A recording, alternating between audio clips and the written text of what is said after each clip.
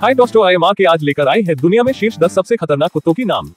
ज्यादातर समय कुत्ते का व्यवहार और व्यक्तित्व पूरी तरह से उसके पालन पोषण पर निर्भर करता है। हालांकि कुत्तों की कुछ नस्लें ऐसी हैं जिन्होंने मनुष्यों और अन्य कुत्तों के साथ हिंसक व्यवहार के कारण दुष्ट और खतरनाक होने का बुरा नाम हासिल किया है।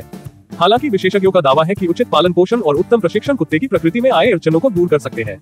हालांकि सभी कुत्ते अच्छे साथी होते हैं। वीडियो में दिखाए गए कुत्तों की नस्लों को थोड़ा अधिक ध्यान व प्रशिक्षण देने की आवश्यकता होती है। नंबर 1 में है पिटबुल। दुनिया के कई देशों के द्वारा प्रतिबंधित पिटबुल दुनिया में कुत्तों की सबसे खतरनाक नस्लों में से एक है। हिंसक व्यवहार को रोकने के लिए उन्हें कई जटिल प्रशिक्षण अभ्यासों से गुजरना पड़ता है। आपके सामने है एक दर्दनाक रिपोर्ट। 1991 में जारी एक अध्ययन में पाया गया कि पिटबुल द्वारा बच्चों पर 94% हमले बिना उकसावे के किए गए। पिटबुल को पालतू साथी के रूप में अपनाने से पहले आपको 2 बार सोचना पड़ सकता है। नंबर 2 में है Rottweiler. Centre for disease control and prevention CDC द्वारा उपलब्ध कराए गए आंकड़ों के अनुसार 1993 से 1996 के बीच संयुक्त राज्य अमेरिका में कुत्ते के काटने से होने वाली सभी मौतों में से आधी के लिए रॉटवीलर जिम्मेदार थे। ये डेटा इस नस्ल की हिंसक प्रकृति के बारे में बहुत कुछ बताता है। विश्वास से परे एक रॉटवीलर के काटने की माप 1460 न्यूटन तक हो सकती है।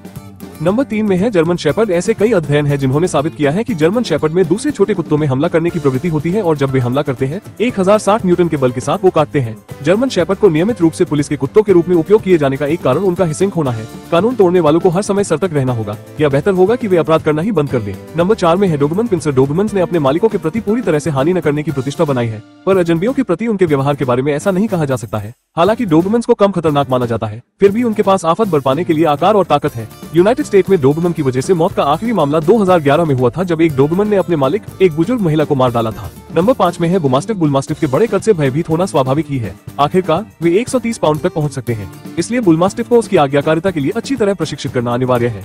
इस नस्ल को आमतौर पर उनके स्वभावपूर्ण व्यवहार के कारण गार्ड कुत्तों के रूप में प्रयोग किया जाता है। इसलिए यदि आपको अपने घर व तिजोरी को सुरक्षित रखने की आवश्यकता है तो आपको एक बुलमास्टिफ के मालिक होने पर विचार करना चाहिए। नंबर 6 में है हस्की। मुख्य रूप से स्लेज डॉग के रूप में प्रसिद्ध हस्की मेलाम्यूट से निकटता रखते हैं। हस्की के पास बहुत सारी ऊर्जा है और वे ऊर्जावान कुत्ते हैं। वे पालतू होने के लिए नहीं है और 24 घंटे काम करने के लिए तैयार किए जाते हैं। आपको आश्चर्य होगा कि यह वाक्य कुत्ते की तरह काम करना हस्की की कार्यनीति के कारण बना था। 1979 और 1998 के बीच संयुक्त राज्य अमेरिका में 15 लोगों की मौत के लिए हस्की जिम्मेदार थे। नंबर 7 में है वुल्फ हाइब्रिड। ये नस्ल विशेष रूप से मनमौजी और बेहद चुस्त है। एक घरेलू जानवर के साथ एक जंगली जानवर के पालन में बहुत सारे जन्मजात खतरे हैं। बल्कि ये सुनिश्चित करने के लिए कि कोई भी वुल्फ हाइब्रिड का मालिक न बने, कई राज्यों ने इसको गैर कानूनी बनाकर सुरक्षा उपाय भी किए हैं। 1979 से 1998 के बीच CDC ने संयुक्त राज्य में भेड़ियों के हाइब्रिडों के कारण 14 मौतों की सूचना दी। नंबर 8 में है बॉक्सर। शिकारी कुत्तों के वंशज बॉक्सर कुत्तों को पहले WWI के हमला करने वाले वरक्षक कुत्तों के रूप में इस्तेमाल किया जाता था। एक सुरक्षित वातावरण की तलाश करने वाले परिवारों को बॉक्सर से आगे नहीं देखना चाहिए। वे सुरक्षात्मक हैं और उनके मजबूत व शक्तिशाली जबड़े काटने वाले हैं। बॉक्सर आखिरी बार एक मौत का कारण वर्ष 28 दिसंबर 2013 को एरिजोना में बना था। बॉक्सर अपने मालिक पर टूट पड़ा जब वह बॉक्सर और अपने अन्य कुत्तों के बीच लड़ाई को रोकने का प्रयास कर रहा था। नंबर 9 में है ग्रेट डैन। ग्रेट डैन का शानदार आकार इसे एक खतरनाक नस्ल का बनाता है। एक पूर्ण विकसित नर ग्रेट डैन 86 सेंटीमीटर लंबा हो सकता है और इसका वजन आश्चर्यजनक रूप से 200 पाउंड हो सकता है। अगर ठीक से देखभाल की जाए तो वे एक सौम्य व विशाल प्राणी बन जाएंगे। ग्रेट डैन की वजह से आखिरी बार मौत वर्ष 2003 में हुई थी, जब दक्षिण कैरोलिना में एक 2 वर्षीय लड़की इसके काटने का शिकार हो गई थी।